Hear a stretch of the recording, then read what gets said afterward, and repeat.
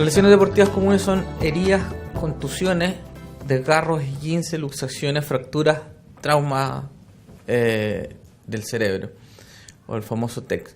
La herida se define como una pérdida de la continuidad de la piel. Son heridas bastante fáciles de tratar. Lo único principal que uno hace es tratar de echarle agua y jabón y tratar de solucionarla rápidamente. Le ponen una gasa. Una herida chica con 2 ampollitas de 10 ml o 20 ml lo van a limpiar sin problema. ¿Y qué es el suero fisiológico? Es agua con sal. ¿Recuerdan ustedes el alcohol, el agua oxigenada, la povidona? No se usan en las heridas directamente. Cubrir la herida de ser necesario con gasa. En heridas punzantes no retirar el objeto si está incrustado. Aplicar presión digital para el control de la hemorragia. Si es una herida que está en el tórax, la verdad que yo no le haría nada y lo trasladaría rápidamente. Las contusiones principalmente se produce por la resistencia que ofrece el hueso ante el golpe, ocasionando la lesión de los tejidos blandos. Hay signos y síntomas de una contusión, son los famosos hematomas, enrojecimiento, hay dolor, bordes irregulares, hay inflamación, hay calor local. Cuando uno está en agudo y pasa una lesión y tiene un esguince, tiene un hematoma, lo primero que tienen que colocar a ustedes es hielo. El hielo se coloca 10 minutos y se deja descansar 10, porque si no la persona se quema con el hielo, se enfría y muere esa piel. Va a disminuir el proceso inflamatorio, inmovilizar con vendajes, son afectados, evitando comprimir. Y si la inflamación persiste, aumenta acudir a un servicio de urgencia para evaluación. Los desgarros, la definición es una rotura parcial o completa de las fibras musculares. Se rompe el músculo. Y si el músculo se rompe, ¿qué pasa? Sangra. Y si sangra, ahí normalmente se produce un hoyo por esa ruptura muscular. Y si sangra, hace un hematoma y eso duele. Las causas más comunes son mal esfuerzo, fatiga muscular. Uno siempre, esto es normal, el desgarro en los primeros 20 minutos del trote o del deporte. Los primeros minutos, aplicar frío local por al menos 10 minutos, inmovilizar con vendajes zona afectada, evitando comprimir en exceso, elevar la zona afectada, ¿por qué? Para evitar el edema. Reposo, acudir a un servicio de urgencia para evaluación según intensidad de los síntomas. ¿Cómo se hace el diagnóstico? Con una eco que los médicos tienen que diagnosticar. Los esguinces es una lesión que afecta a los ligamentos de una articulación y la principal causa es el movimiento forzado a una articulación. Por lo tanto, es una articulación la que se afecta. No se afecta el hueso ahí. La fractura es una fractura de un hueso. El esguince es la gran distensión. Se puede romper inclusive hasta la cápsula articular, lesionar y todo eso, pero no hay fractura del hueso. Va a tener dolor por este proceso inflamatorio. Por lo tanto, puede haber hematoma y se coloca el esguince morado y va a doler. Y hay cierto grado de incapacidad funcional. Colocar frío por 10 minutos de forma intermitente, inmovilizar la zona afectada. ¿Cómo la van a inmovilizar? Con lo que ustedes tengan. Pueden tener venda elástica, coan, almohada. Colocar la extremidad en alto, reposo en la zona afectada, trasladar a un servicio de urgencia manteniendo el hielo local según tolerancia y según a criterio de ustedes. Pero recuerden que un esguince en un niño puede ser una fractura. Las luxaciones. La diferencia entre el esguince y las luxaciones es la salida de la articulación. Si ustedes evalúan y piensan que está luxado porque el niño no puede hacer el movimiento de tensión, flexión y tienen la seguridad que esto ya lo han visto y él tiene antecedentes de luxación anteriores, yo le aconsejo que no lo reduzcan. ¿Ya? ¿Por qué? Porque lo primero que hay que hacer es, si ustedes están en Santiago, tienen que ir a un centro asistencial. Claramente, si ustedes están en la montaña y les quedan 2 días para bajar y el hombro está afuera, yo les recomiendo que traten de hacer alguna maniobra para poder colocar el hombro. ¿Cómo van a inmovilizar? ¿A qué se van a adherir? Ustedes tienen que buscar un compañero para poder inmovilizarse. Si yo quiero inmovilizar al A con el B, los junto, ¿cierto? Y lo envuelvo.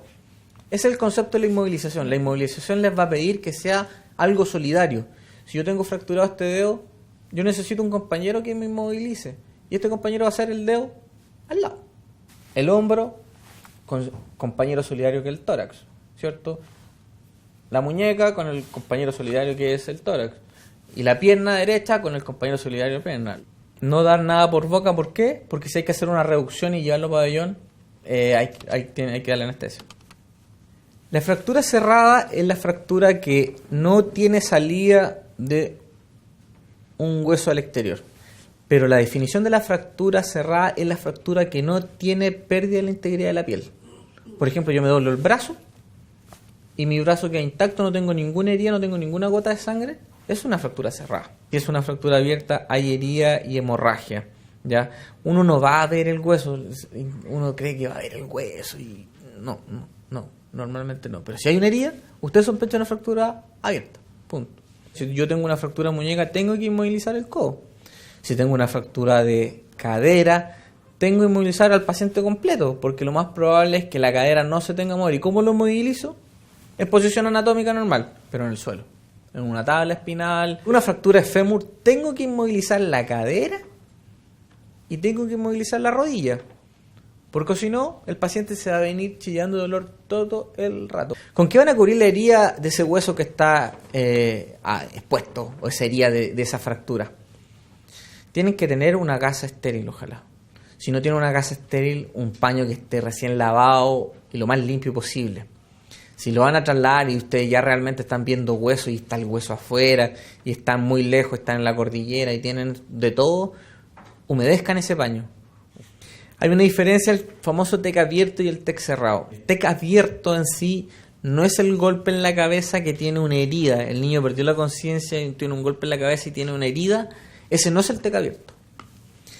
El TEC abierto es una fractura de cráneo. Hay apertura de las conexiones intracraneanas. Se fracturó quizás la base del cráneo.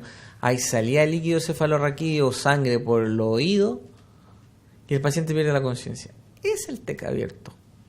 El TEC cerrado, no hay fractura de la bóveda craneana, no hay sangramiento por los oídos ni nada por eso. Solamente es un golpe, una contusión del cerebro contra la dureza del cráneo. O sea, si yo tengo a mi hijo y tuvo una pérdida de conciencia y tuvo por producto un golpe en la cabeza, yo les recomiendo que lo lleven a un servicio de urgencia, donde le pueden hacer una evaluación, quizás le pueden hacer un escáner, le den al papá, a la mamá una hoja de golpe de TEC y con eso dejar una observación 24 horas en la casa. Signos y síntomas del TEC: hay dolor de cabeza, el niño dice que le duele la cabeza, hay náusea, quiere vomitar pero no tiene vómito, vomita finalmente, y la convulsión. ¿Qué es la convulsión? La convulsión del paciente finalmente es una pérdida de la conciencia, tiene movimientos no controlados de extremidades, o finalmente el paciente tiene una crisis de ausencia, el paciente no responde. El paciente está con los ojos abiertos y no responde, eso también es una convulsión. También puede presentar salida de líquido cefalorraquídeo, sangre que se ve como si fuera una agua, un gel blanco transparente concentrado con sangre al medio. Eso es lo que uno ve cuando sale líquido cefalorraquídeo. Eso ya es muy malo. Hay salida por los oídos o por la nariz de líquido cefalorraquídeo.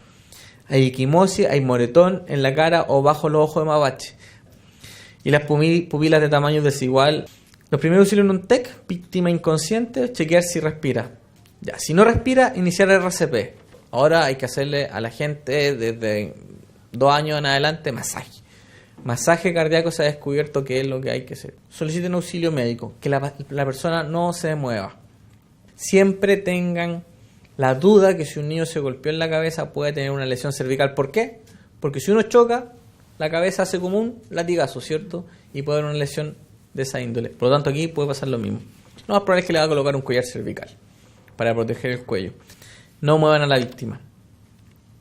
Si la víctima está consciente, no movilizar. Control de la columna cervical. El control de la columna cervical significa que el paciente no puede hacer ni esto ni esto. Con eso evitan que el niño tenga alguna lesión. La idea es que preparar el cuerpo antes de hacer ejercicio, la idea es disminuir la probabilidad de lesiones, lo que debería tener un botiquín básico. Vendajes estériles, muy importante. Gasas estériles, suero fisiológico y vendaje y sistemas para poder hacer inmovilizaciones.